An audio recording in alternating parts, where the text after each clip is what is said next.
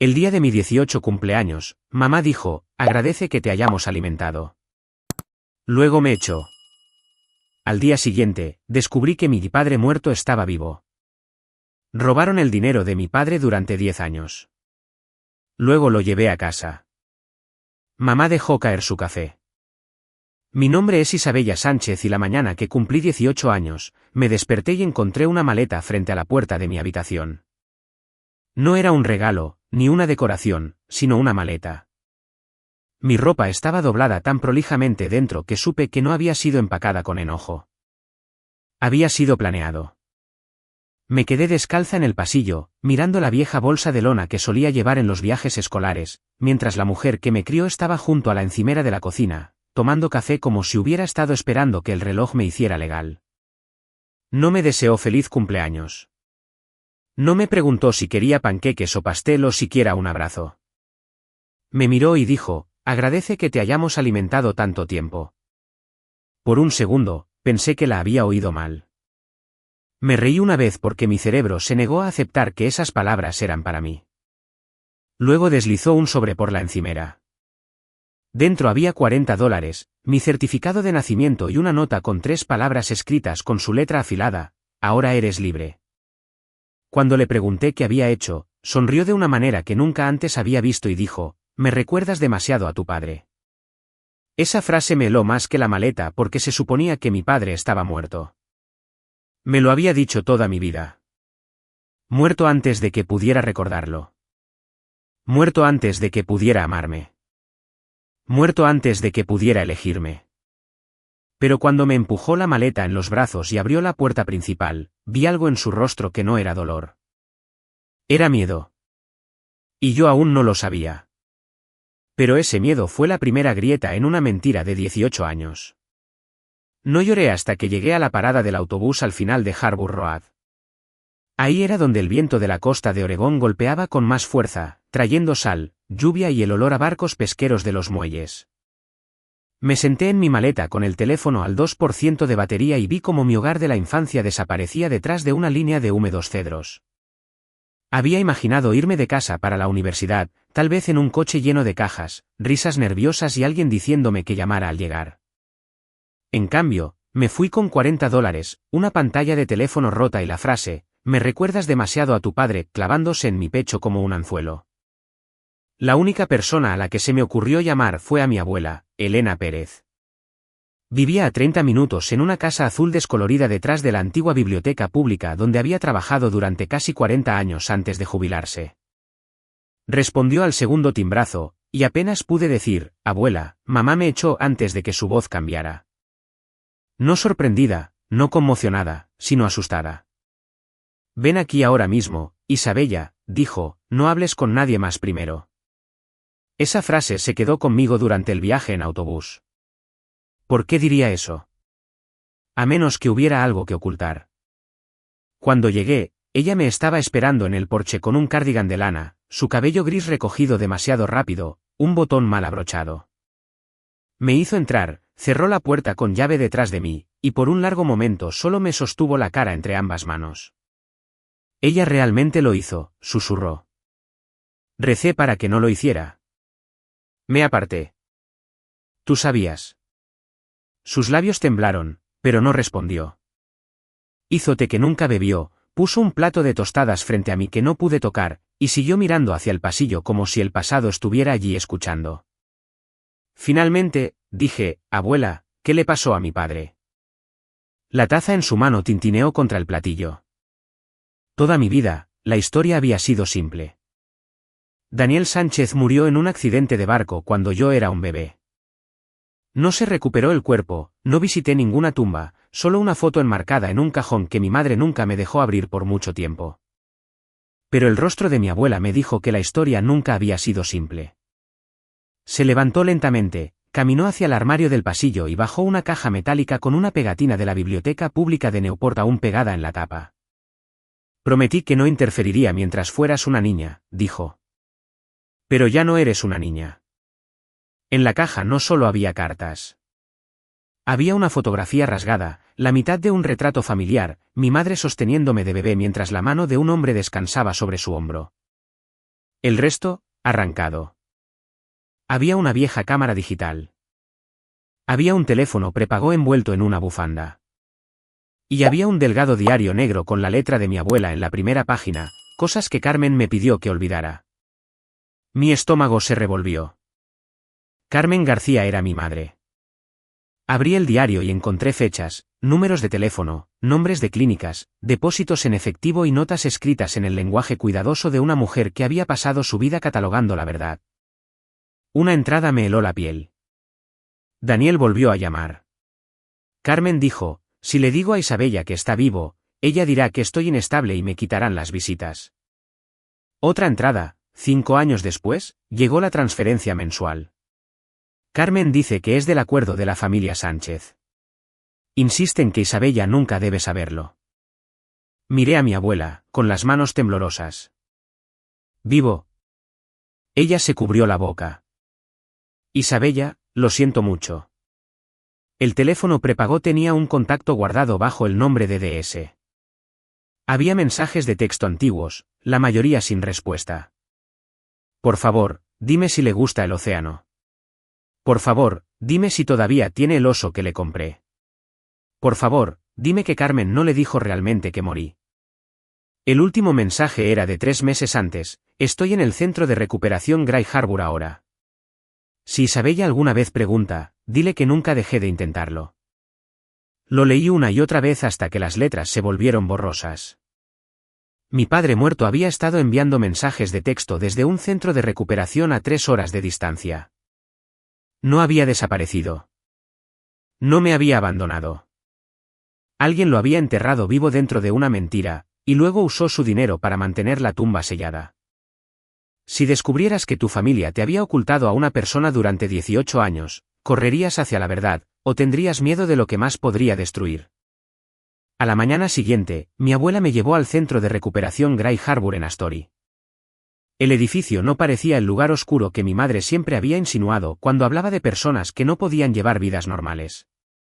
Era una tranquila instalación de ladrillo cerca del río con jardines terapéuticos, bancos blancos y gaviotas sobrevolando el estacionamiento. Aún así, mis manos no dejaban de sudar. Había pasado 18 años llorando a un hombre que nunca había conocido. Ahora estaba a punto de entrar en una habitación y preguntarle por qué me dejó crecer sin él, aunque una parte de mí ya sabía que la respuesta podría destrozarme. En la recepción, dije, vengo a ver a Daniel Sánchez. La recepcionista miró mi identificación, luego a mí, y su expresión se suavizó de una manera que me debilitó las rodillas. Eres Isabella, dijo en voz baja. No fue una pregunta. Hizo una llamada. 5 minutos después, una trabajadora social llamada Sofía Ríos me condujo por un pasillo forrado con acuarelas. Su padre ha tenido episodios relacionados con traumas en el pasado, me advirtió suavemente. Ahora está mucho mejor, pero las conmociones emocionales repentinas pueden abrumarlo. Asentí, aunque mi garganta se sentía demasiado tensa para hablar. Luego abrió una puerta a una pequeña sala de actividades. Un hombre estaba sentado junto a la ventana reparando un velero de madera en miniatura. Su cabello estaba entrecano, sus hombros más delgados que los del hombre de la fotografía rota, pero sus ojos eran los míos. El mismo color verde grisáceo, el mismo parpadeo irregular. Cuando estaba nerviosa, di un paso adelante y susurré, papá. El velero en miniatura se le resbaló de las manos y cayó al suelo. Me miró como si yo fuera un fantasma. Luego su respiración cambió. No, dijo, retrocediendo. No, ella dijo que te habías ido. Dijo que me odiabas. Dijo. Sofía se acercó, pero levanté las manos como si me acercara a un animal asustado. No me he ido, dije. Soy Isabella. Tengo 18 años. Ayer fue mi cumpleaños. Su rostro se arrugó. No de alegría al principio, sino de terror. Se presionó ambas manos contra las sienes y siguió repitiendo, era un bebé. Era un bebé. Quise correr hacia él, pero me quedé quieta porque por primera vez en mi vida, me di cuenta de que el amor podía ser lo suficientemente frágil como para asustar a alguien. Me senté en el suelo, recogí la pieza rota del velero de madera y dije, solía construir estos en la escuela. Los míos siempre se hundían. Él se rió una vez, un sonido roto, y luego lloró tan fuerte que todo su cuerpo tembló. Cuando finalmente me alcanzó, fui hacia él. Me abrazó como alguien que se agarra al borde de un precipicio. Escribí todos los meses, dijo en mi cabello. Envié tarjetas de cumpleaños. Envié dinero. Contraté abogados hasta que no me quedó nada. Tu madre dijo que me tenías miedo. Luego dijo, era mejor que creyeras que estaba muerto. Las palabras aterrizaron una por una, cada una peor que la anterior. Me dijo que había sido ingeniero de sistemas marinos antes de que un accidente en el muelle lo dejara herido, traumatizado y en una espiral de depresión. Durante su peor crisis, mi madre había presentado documentos alegando que era peligroso e incapaz, luego usó una tutela médica temporal para redirigir sus pagos por discapacidad y un acuerdo de su familia. Firmé algunos formularios cuando estaba medicado, dijo, avergonzado. Pensé que eran para tu cuidado.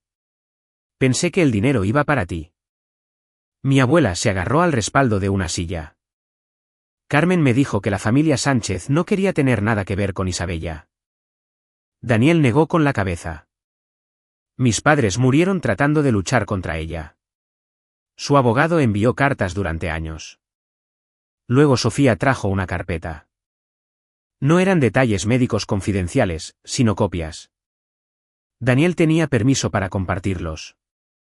Sobres viejos devueltos dirigidos a mí.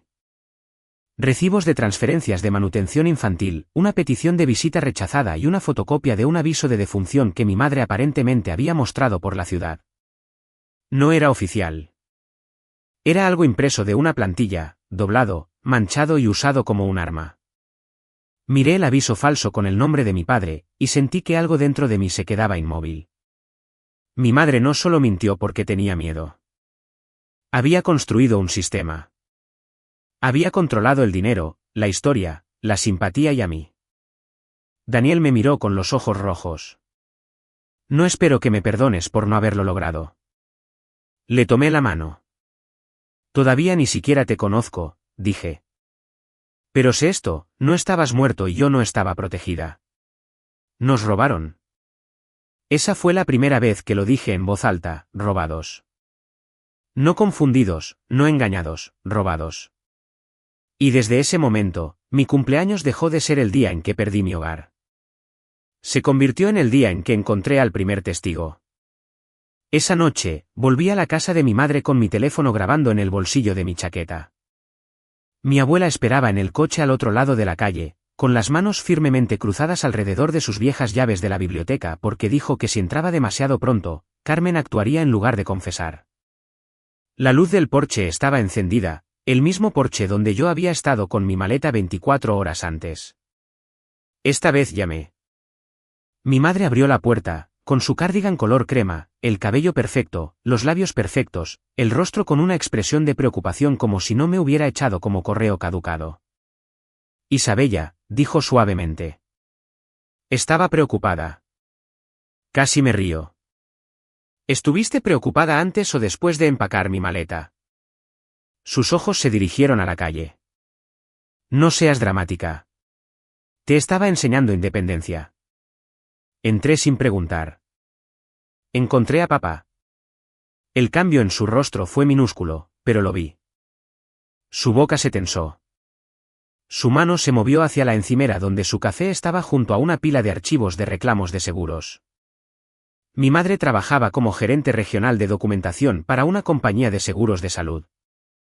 Ella entendía formularios, firmas, plazos y lagunas mejor que nadie que yo conociera. De repente, su profesión se sintió menos como un trabajo y más como un entrenamiento. Daniel está muerto, dijo. No, no lo está. No sabes de lo que hablas. Lo vi por primera vez en mi vida. Me miró como si no fuera su hija, sino un problema que había aprendido a hablar. Luego se rió fríamente. ¿Así que te atrapó? Por supuesto que sí. Ese hombre siempre ha sido manipulador. Recordé las manos de Daniel temblando sobre el velero roto. Él pensó que yo me había ido. Porque es inestable, espetó. ¿Entiendes esa palabra, Isabella? Inestable. tuvo episodios. Asustó a la gente. Me asustó a mí. ¿Te lastimó? Pregunté. ¿Me lastimó? Se inclinó más cerca. Me arruinó la vida. Esa no fue una respuesta. Pregunté de nuevo, más lento. ¿Te lastimó? Desvió la mirada. No todas las heridas dejan un moretón. Fue una frase inteligente. Tal vez la había usado antes. Tal vez había funcionado con mis maestros, vecinos, incluso mi abuela. Pero yo había visto los documentos. Entonces, ¿por qué tomaste su dinero? Su rostro se endureció. ¿Qué dinero? Las transferencias mensuales, el acuerdo, los pagos por discapacidad que él pensó que eran para mí. Usé todo para esta familia. Entonces, ¿por qué yo usaba zapatos de segunda mano mientras tú remodelabas la cocina 2 veces? Su palma golpeó la encimera tan fuerte que el café saltó. Niña desagradecida. Ahí estaba, la verdadera voz.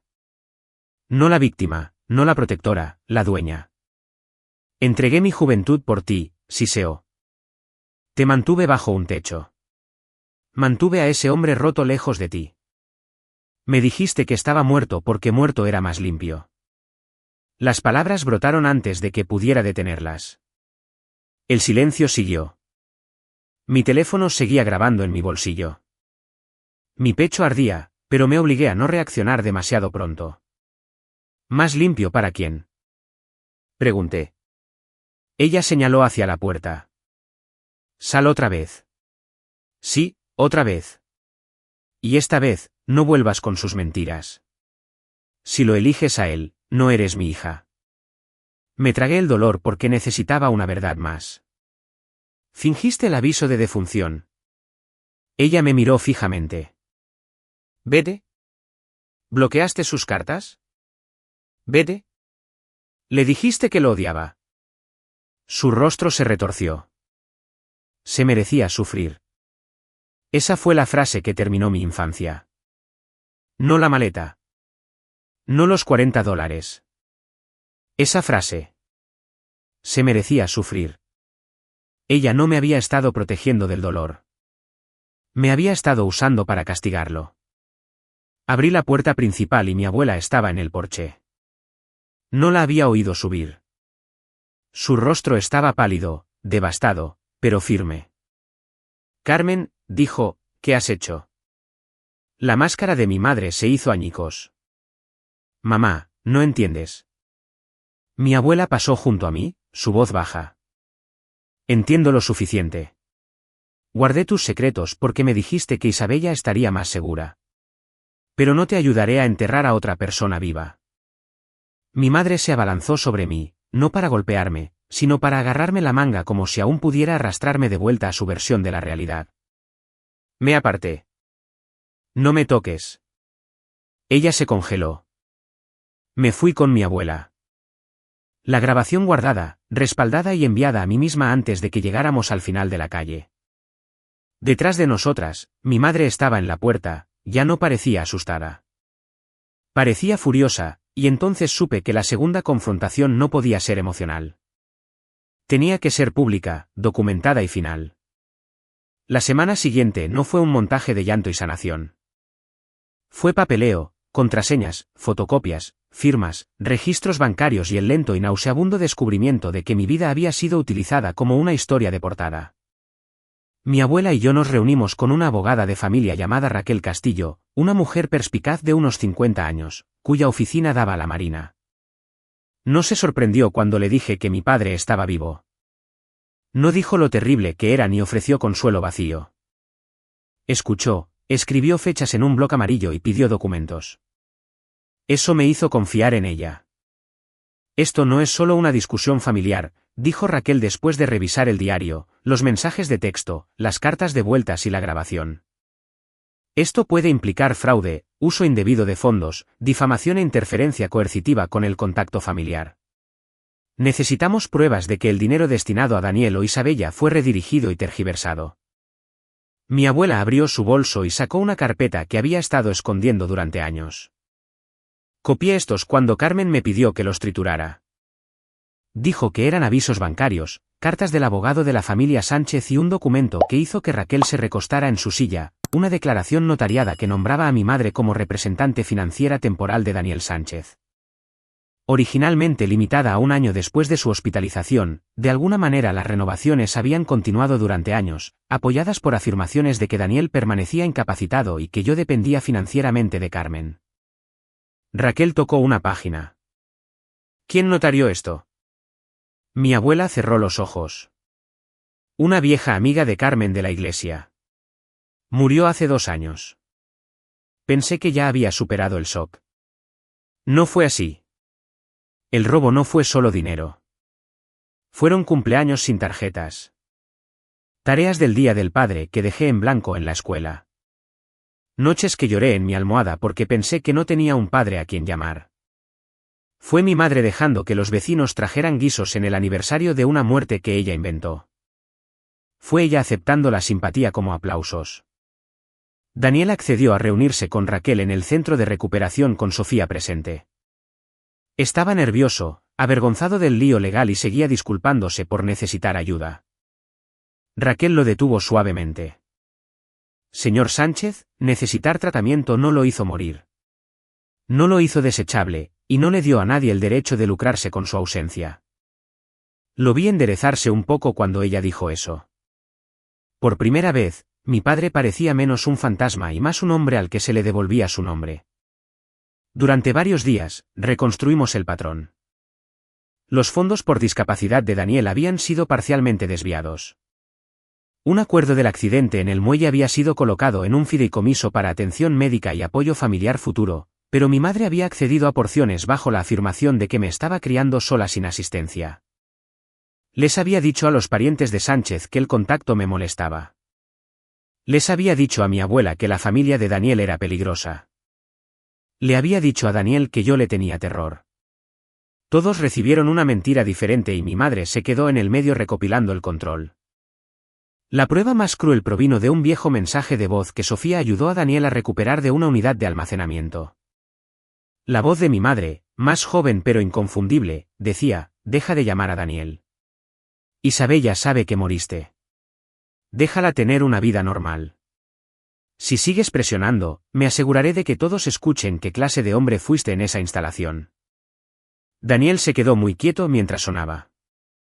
Vi cómo su rostro se desmoronaba. Creí que ella te diría que yo era un monstruo, susurró. Pensé que mantenerme alejado era el único regalo que podía darte. Me arrodillé frente a él. Ella ya me hizo llorar por ti. No dejes que te haga desaparecer 2 veces. Esa se convirtió en nuestra promesa. No dejaríamos que ella convirtiera el tratamiento en vergüenza. No dejaríamos que ella usara la salud mental como un arma. No volveríamos a gritar en su porche donde ella podría retorcer la historia más tarde. La invitaríamos a la casa de campo de mi abuela con la excusa de discutir mis pertenencias. Raquel estaría allí. Mi abuela estaría allí. Daniel estaría allí si su médico aprobaba una breve visita supervisada. Y cada documento sería copiado. Raquel también nos aconsejó no publicar nada públicamente todavía. La verdad es poderosa, dijo. Pero el momento también es poder. Así que esperé. Esperé mientras mi madre me enviaba mensajes de texto con versículos de la Biblia sobre el perdón. Esperé mientras ella llamaba egoísta a mi abuela. Esperé mientras dejaba un mensaje de voz diciendo: estás siendo manipulada por un hombre enfermo que te abandonó. Cada mensaje se convirtió en otro archivo. Cada amenaza se convirtió en otro ladrillo en el caso. Y a través de todo, Daniel y yo comenzamos a construir algo pequeño pero real. Él me dijo que solía trabajar en barcos de investigación que cartografiaban los fondos oceánicos. Yo le dije que había sido aceptada en un programa de tecnología marina de una universidad comunitaria, pero que no sabía cómo pagaría. Lloró cuando le dije que de niña me encantaban los charcos de marea. Solía enviar libros sobre ellos, dijo. Tu madre los devolvió. Así que, una tarde fuimos al jardín de la instalación y él dibujó diagramas de motores de barcos en servilletas mientras yo hacía preguntas como una hija que había perdido demasiados años pero se negaba a perder el siguiente. La venganza, aprendí, No comenzaba con gritos. Comenzaba con registros. Comenzaba con negarse a dejar que el villano eligiera la versión de la historia que todos escuchaban. La reunión se llevó a cabo un jueves por la tarde porque mi madre siempre tomaba mediodía los jueves para asistir a lo que ella llamaba compañerismo de mujeres, que ahora entendía que era en parte donde había construido su reputación como viuda trágica y madre soltera desinteresada. La casa de campo de mi abuela olía a limón pulido y libros viejos. Raquel estaba sentada a la mesa del comedor con 3 carpetas alineadas frente a ella. Mi abuela estaba junto a la ventana. Yo me senté junto a Daniel, quien había sido autorizado para la visita, pero aún se veía pálido por los nervios. Llevaba una chaqueta azul marino, el cabello cuidadosamente peinado, las manos cruzadas para ocultar el temblor en sus dedos. «No tienes que hacer esto», susurré. Él me miró. «Sí, tengo que hacerlo. No para castigarla, sino para dejar de esconderme». Cuando mi madre llegó, entró con una bolsa de papel con mi ropa como si estuviera haciendo caridad. «No tengo mucho tiempo», dijo. «Y no me quedaré si esto se convierte en una emboscada». Luego vio a Daniel. La bolsa se le resbaló de la mano. Un suéter blanco se desparramó por el suelo. Su café, que sostenía en la otra mano, cayó después, explotando oscuramente sobre la alfombra de mi abuela. Nadie se movió. Daniel se levantó lentamente. «Hola, Carmen». La boca de mi madre se abrió, pero no salió ningún sonido. Por una vez, no tenía una frase preparada. Entonces Raquel habló. «Señora García, mi nombre es Raquel Castillo. Represento a Daniel Sánchez en relación con la tergiversación financiera y la interferencia con el contacto familiar. También represento a Isabella Sánchez en relación con posibles reclamos relacionados con fondos destinados a su cuidado». Mi madre se volvió hacia mí. «Trajiste a una abogada». «Trajiste mentiras durante 18 años», dije. «Yo traje testigos». Ella señaló a Daniel. «Él no debería estar aquí. No está bien». Daniel se encogió, pero no se sentó. Raquel abrió la primera carpeta. «El estado médico del señor Sánchez no es suyo para usarlo como arma. Estamos aquí para discutir documentos». Mi madre se rió demasiado fuerte. «¿Documentos? Ustedes están locos». Raquel deslizó el aviso de defunción falso por la mesa. «¿Usted creó o distribuyó esto?» Mi madre lo miró de reojo y desvió la mirada. «No recuerdo». Raquel colocó los registros bancarios junto a él. «¿Recibió transferencias mensuales de cuentas conectadas al acuerdo del señor Sánchez mientras le decía a Isabella que él había fallecido?» «Usé el dinero para criar a mi hija». A su hija se le dijo que la fuente de esos fondos era la caridad y sus salarios por horas extras. ¿Correcto? Los ojos de mi madre brillaron. No tengo que explicar la maternidad a una abogada. Mi abuela finalmente habló. No, pero tienes que explicar por qué me dijiste que Daniel era peligroso mientras le decías a Daniel que Isabella lo odiaba. El rostro de mi madre se puso lívido. Mamá, no te metas en esto. Me mantuve al margen durante 18 años, dijo mi abuela. Ese fue mi pecado. No le añadiré un día más. Raquel reprodujo el mensaje de voz. La voz más joven de mi madre llenó la habitación. Isabella sabe que moriste. Déjala tener una vida normal. Si sigues presionando, me aseguraré de que todos escuchen qué clase de hombre fuiste en esa instalación. La habitación quedó en silencio después de que terminó. La mano de Daniel tembló debajo de la mesa. La cubrí con la mía. Mi madre miró fijamente el teléfono como si la hubiera traicionado. Eso fue sacado de contexto. Raquel reprodujo la grabación del porche. La voz de mi madre de nuevo, porque muerto era más limpio. Luego, se merecía sufrir. Esta vez mi madre se sentó de golpe. El sonido fue pequeño, pero se sintió como una pared derrumbándose. Estaba enojada, susurró. Me dejó con todo. La voz de Daniel se quebró, pero se mantuvo tranquilo. Fui hospitalizado después de una lesión y un colapso. Rogué ver a mi hija. Eras débil, espetó, la máscara deslizándose de nuevo. Tenía un bebé, cuentas, gente juzgándome. Tu familia me trató como si fuera temporal. Luego llegó el dinero y por una vez tuve el control. Ahí estaba.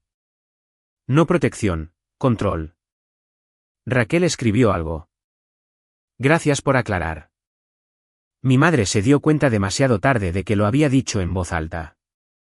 Me miró de repente desesperada. Isabella, cariño, escúchame. Hice cosas mal, pero te amaba.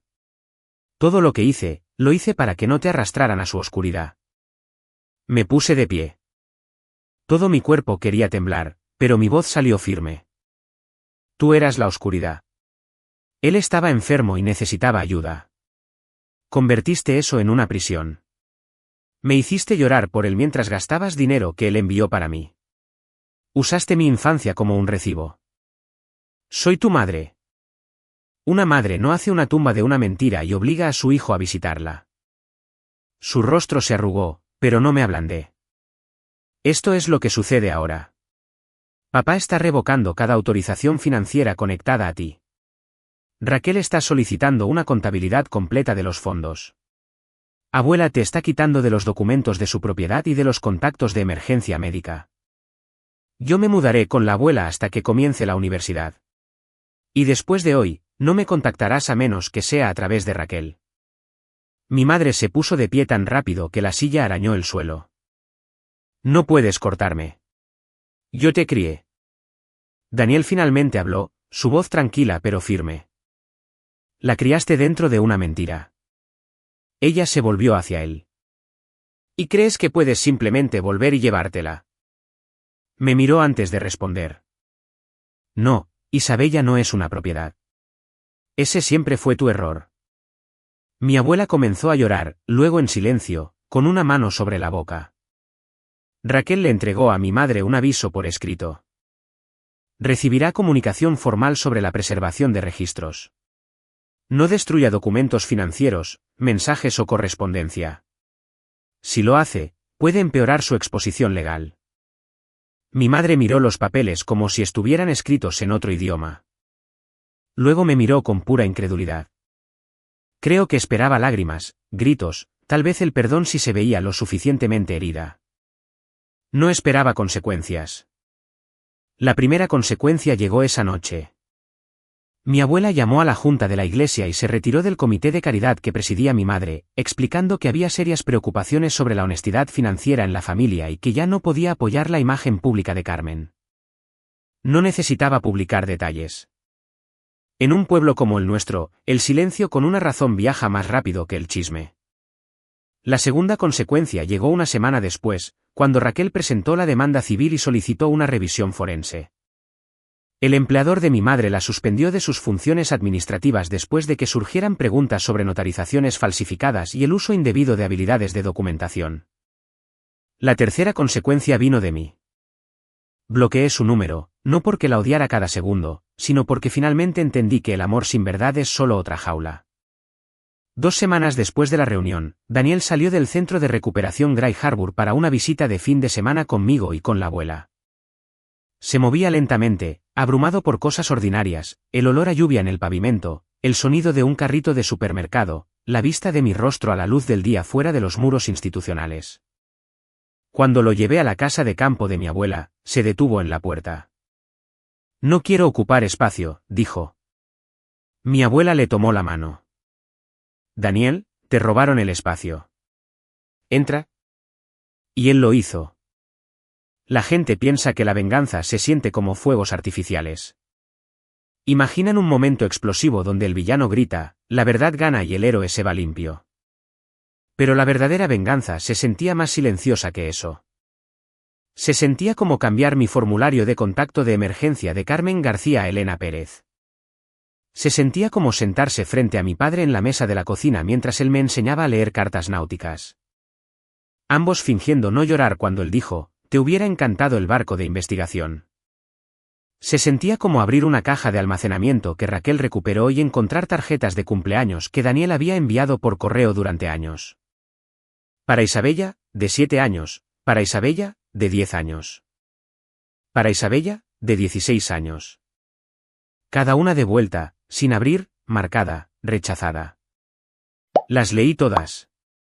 Algunas eran divertidas, algunas incómodas, algunas tenían hojas prensadas de lugares donde había estado durante las transferencias de tratamiento. Ninguna sonaba como un hombre que me abandonó. La vida de mi madre no se derrumbó de golpe, pero se derrumbó por completo. La contabilidad forense mostró suficientes transferencias irregulares para que ella resolviera parte del caso civil y evitara una exposición peor. Tuvo que vender la casa en Harbour Road, la misma casa de la que me echó, para pagar una parte de los fondos. Sus amigos de la iglesia dejaron de pedirle que hablara en eventos para madres solteras. La compañía de seguros no la mantuvo después de la investigación. Las personas que alguna vez la llamaron fuerte comenzaron a cruzar la calle para evitar la historia que habían ayudado a creer. Se mudó a un pequeño apartamento encima de una tienda de cebos cerrada cerca de la carretera. Y según mi abuela, comenzó a dejar mensajes de voz a altas horas de la noche que oscilaban entre la disculpa y la culpa. Hice lo mejor que pude. Me pusiste a mi madre en mi contra. Él te robó. Extraño a mi hija. Escuché uno, solo uno. Su voz sonaba más pequeña, más vieja, asustada por el silencio que había creado. Por un momento, casi le devolví la llamada. Luego recordé estar en el porche con una maleta.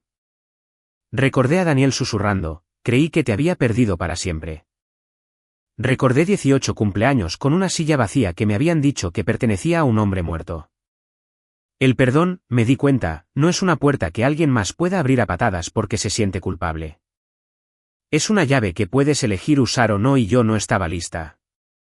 Daniel se mudó a un apartamento asistido a 10 minutos de la casa de campo de mi abuela. No porque no se pudiera confiar en él, sino porque la curación merecía estructura. Construimos rutinas. Desayuno los sábados, controles de terapia los miércoles, paseos los domingos por los muelles. Vino conmigo cuando me inscribí en el programa de tecnología marina, y cuando el asesor pidió la firma de un padre en un formulario de beca por error, Daniel se congeló. Luego firmó su nombre lentamente, con cuidado, como si reclamara cada letra. Guardé ese formulario. Mi abuela también cambió. Dejó de disculparse a medias y finalmente me contó toda la verdad. Había sospechado durante años, pero el miedo a perder el acceso a mí la mantuvo en silencio. Eso dolió. Se lo dije. Ella lo aceptó sin defenderse. Esa fue la diferencia entre la culpa y la responsabilidad. La culpa pide ser consolada. La responsabilidad acepta la herida que causó y ayuda a limpiarla. Mi madre nunca aprendió esa diferencia, al menos no mientras yo seguía mirando. Meses después, en mi cumpleaños número 19, Daniel me regaló una versión reconstruida del velero de madera en miniatura que se le había caído el día que nos conocimos. En la parte inferior, había tallado, no muerto, solo esperando. Me reí y lloré al mismo tiempo porque a veces la curación es así de ridícula. Un año antes, mi cumpleaños había sido usado como fecha límite para el rechazo. Ahora era la prueba de que una historia robada aún podía reescribirse. No pretenderé que todo se volvió perfecto. Mi padre todavía tenía días difíciles. Yo todavía sentía una ira que llegaba sin previo aviso, especialmente cuando la gente decía, pero es tu madre. Como si la biología pudiera borrar la traición. Mi abuela todavía sentía arrepentimiento. Y mi madre, por lo que escuché, llevaba la soledad como una segunda piel. Pero la verdad había hecho lo que las mentiras nunca pudieron. Les dio a todos sus verdaderos nombres nuevamente. Daniel no era un monstruo. Yo no era una hija abandonada. Mi abuela no era impotente. Y Carmen García no era una mártir. Era una mujer que usó el amor como tapadera para el control. Y al final, el control le costó todo. La lección que llevo ahora es simple. Una verdad dolorosa puede herirte, pero una mentira reconfortante puede robarte toda la vida. La verdadera familia no se demuestra con sangre, discursos de sacrificio o el número de años que alguien te mantuvo bajo su techo. La verdadera familia se construye sobre la confianza, el respeto, la responsabilidad y el coraje de dejar que la gente sepa la verdad, incluso cuando te haga parecer culpable.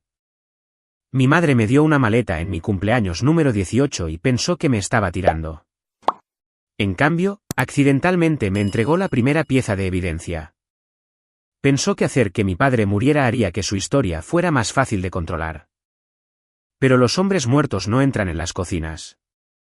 Los hombres muertos no firman formularios de becas.